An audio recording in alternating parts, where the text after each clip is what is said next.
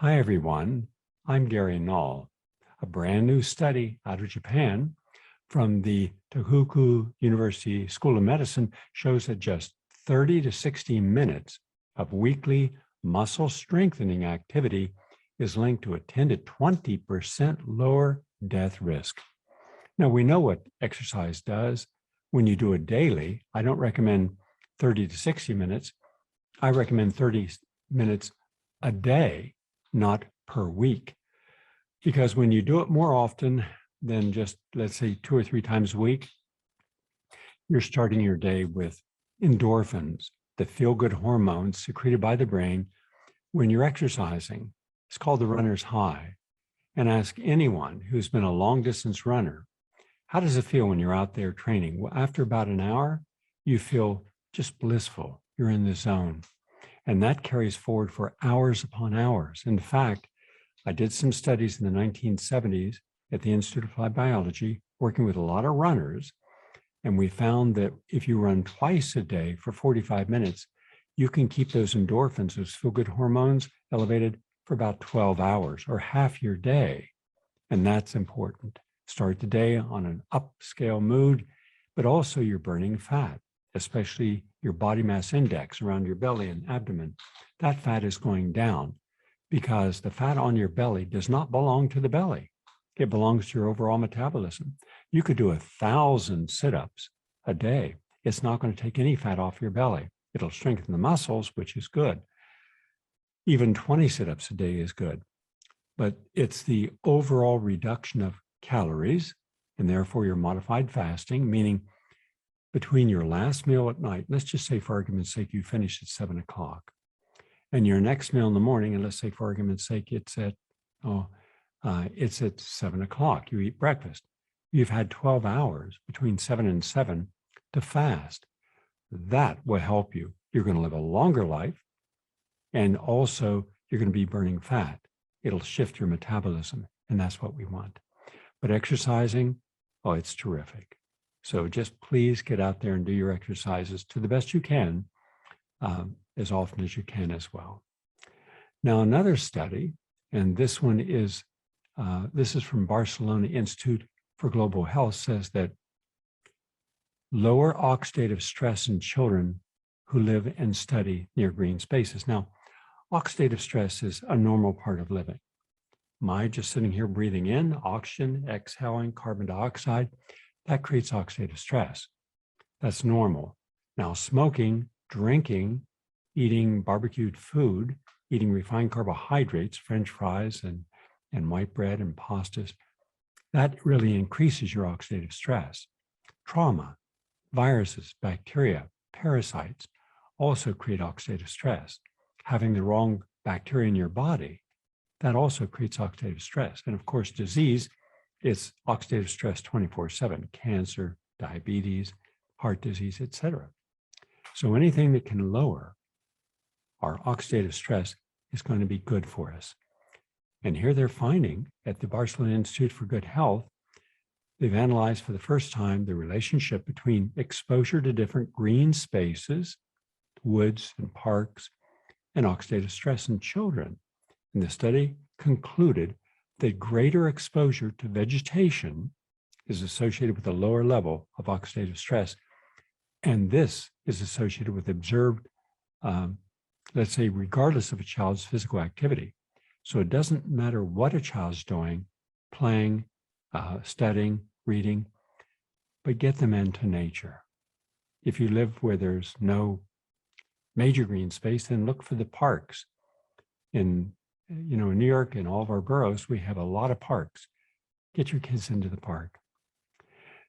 University of Granada, which is in Spain, depression is more than a mental disorder. It affects the whole body. That's an international team of researchers has scientifically proven for the first time that depression is more than a mental disorder. It causes important alterations of oxidative stress, so it should be considered a systemic disease, since it affects the whole organism. And the results of this work were published in the Journal of Clinical Psychiatry. And it explains the significant association that depression has with cardiovascular disease and cancer. and why people suffering from depression die younger. But I would look at it differently. I had two advantages in my insights. Both came from remarkable human beings. One of those human beings was the father of all of our knowledge of distress and what it does to the body, Dr. Hans Selye. I met with him. I spoke with him. He was on my radio show, for those of you who go back to WMCA and before, on numerous occasions. Now, how he said it, and this is kind of an oversimplification, is that when you're stressed in a good way, where you're excited and happy about something, a marriage, a new relationship, a new job, moving into a new, better location, going to a concert, that's a good stress. Going out with friends for the evening, that's a good stress. It's mild, but it's good because you're getting the good hormones balanced. But a negative stress is what he called distress. And distress is when you're fearful, you're filled with angst, you're apprehensive. That's a bad stress because that elevates our stress hormones, mainly cortisol, but other ones as well. And that now over at least the last 50 years has been associated with multiple problems, including heart disease and cancer. So what we want to do is we want to lower overall our element of stress that can create depression. Now, one of the many causes, I'm talking about many, many causes of depression. I've done several documentaries on depression. A lot of the people I've counseled over the years have had depression, and each one was from a different reason. So there's not one size fits all. You have to take it individually. And for example, I'll give you one example. I was counseling a woman who had been under treatment for breast cancer, but it wasn't working, and she was deeply depressed. So when we spoke, she talked about her fears, and she said, 24/7, I'm thinking about my life's going to end soon. I don't know when, but it's going to end, and all the things that I enjoy or appreciate are going to be gone. There'll be an end to this. And she said, and then I visualize the ending, and it saddens me and it scares me. And this woman was only 42 years old. And she had tried all the different cancer therapies and it didn't help. And now she was suffering side effects of the chemotherapy and radiation, which, by the way, is secondary cancers. So when we start to talk about what in your life do you feel might have contributed to your mental state that precipitated the cancer? And first she says, well, that has nothing to do with cancer. I said, let's just play along with this to see if there's something we might find opening doors. And literally, that's what people have to do. You have to open doors that have been closed and not be afraid of what comes out, even if what comes out might change your perception of yourself or others' perception of you. In any case, after about an hour of conversation, something clicked. And she said, I don't know if this is a part of it, but for the last 20 years of my marriage, all I do is everyone's work. I'm responsible for everything. You know, she said, what do you think it's like? And then she gave me this as an example. She said, when I have to go finish my work, I go to the store, I buy the food, I come home, I prepare the food, I serve the food, they eat the food, they go watch television or do something else, and I have to clean up afterwards. So when I'm going to bed at night, it's after doing their laundry, taking care of the dogs, taking them out for a walk, bringing them back. And she said, I'm exhausted. And I said, what do you feel? She said, I feel unappreciated. I feel used. I feel like I'm an unpaid maid and a cook. And it's been this way my entire marriage and with my children. So I ask her another question. When your children and your husband are seeing you do the work that they could easily do or help you with, do they ever jump in and say, hold on a second, you've done enough. You know, you made the meal. It was a great meal. Let us do the cooking. You know, you take it easy now. She said, no, they got used to me doing everything. And then I got used to me doing everything. And then I felt it was just part of who I was to always be responsible for everyone and everything. So I said, so do you believe that it's possible? Mind you, this is just a hypothesis. Do you believe it's possible that you feeling unappreciated constantly could have contributed to stress hormones like cortisol, that when they're elevated, cause oxidative stress at a very high level, and that oxidative stress could have been the progenitor or what precipitated the cancer cells instead of being engulfed through phagocytosis and the way the body cleanses itself of cancer cells that we're all producing all the time, by the way. And she said, I hadn't thought of that. I said to her at that time, I'd like for you to speak with someone. He's Dr. Lawrence Lashan, brilliant mind. And he was associated with the Institute of Applied Biology. And he was the reason that I was able to get initially, let's take a look at apprenticeship to see if I fit in and contribute. These were ultra-Orthodox, very bright scientists, mainly doing research in cancer and pain, et cetera. And I had no experience in any of that. I was into health. Anyhow, he spoke with her. And he brought some studies that I didn't even know existed. And one of those studies that he had written showed that a group of women, I believe it was around 500 women, who had no breast cancer in their family and no risk factors, didn't smoke or drink or have excess sun exposure, all the things at that time people said would cause cancer. And yet a very high percentage developed cancer if, and here's the key, if they felt unappreciated, if they felt that they were doing for others without anyone giving them the acknowledgement back, hey, that's terrific what you're doing. We really appreciate it. And so he made that association. He also made associations about people that get arthritis, mainly women who get arthritis, frequently also feel unappreciated, doing things that others could do and are not. And therefore they have this responsibility somehow to do this, all right, for other people. In effect, they're always taking care of others. Once we found that there were two very good research projects, and this woman understood this, it was like a light went off in her head. And I said, why don't you bring your family together and let's have a conversation? And once the family heard of how much the mothers suffered in silence and the stress that that created, and the stress can cause inflammation, and inflammation can lead to cancer, then suddenly everybody jumped in. Everybody became super appreciative, understood what they had done. They apologized profusely.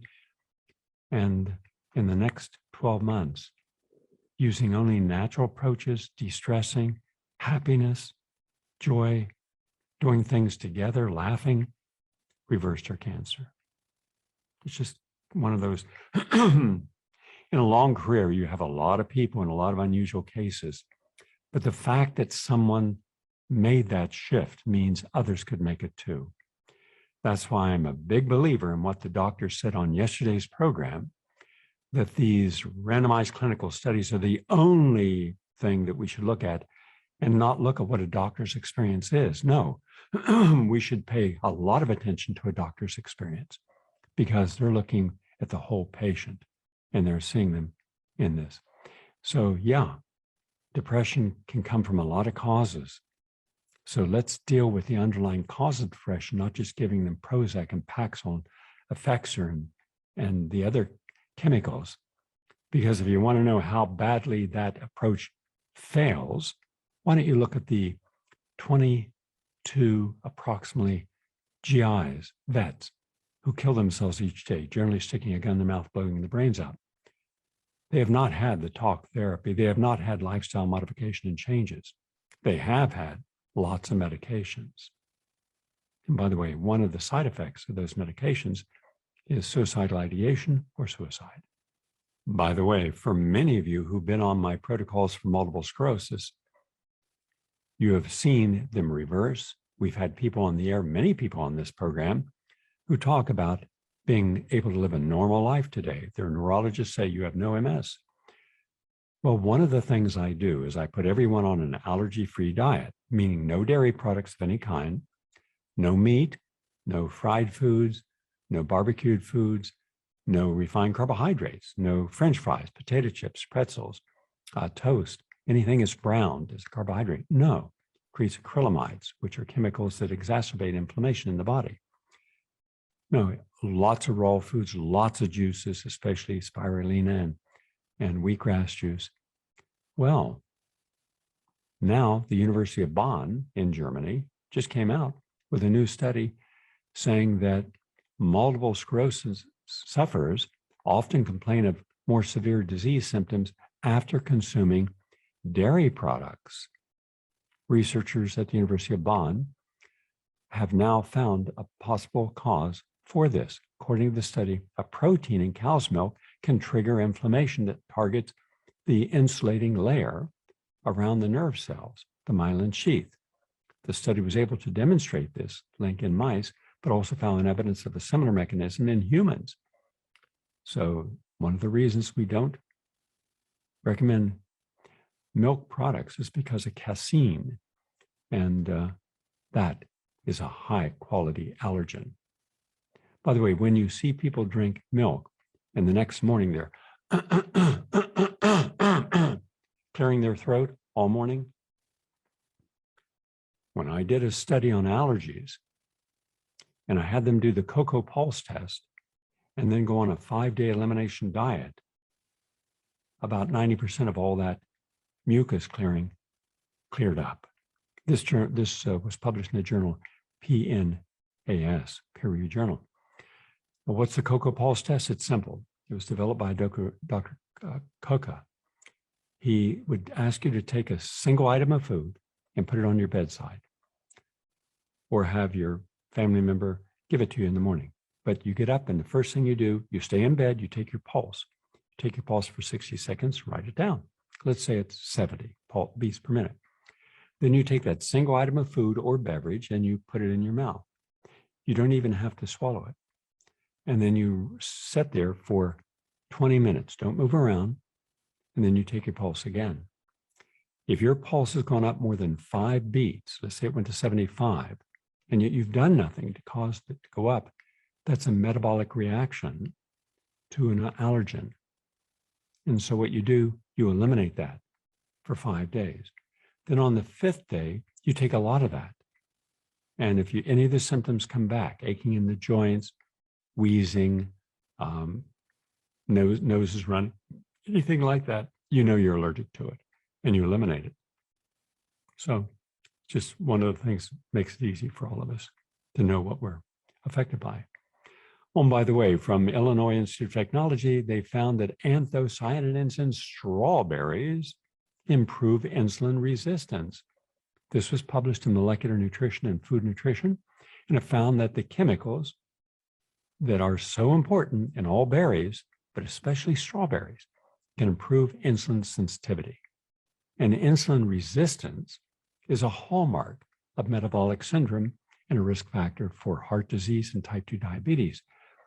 So we can now say that the people most likely to need this are people who are overweight, pre and actual diabetes conditions. So let's add one more. A cup of strawberries a day helps keep insulin resistance away. All right? So we got to get off that all-American diet, all right? And you don't need a lot of strawberries. They were only using 40 grams, equivalent to 3 cups of fresh strawberries, but it was in a powder form. So you could use strawberries. You could use a quart of strawberries, and that would be terrific for you. That's the latest on health and healing.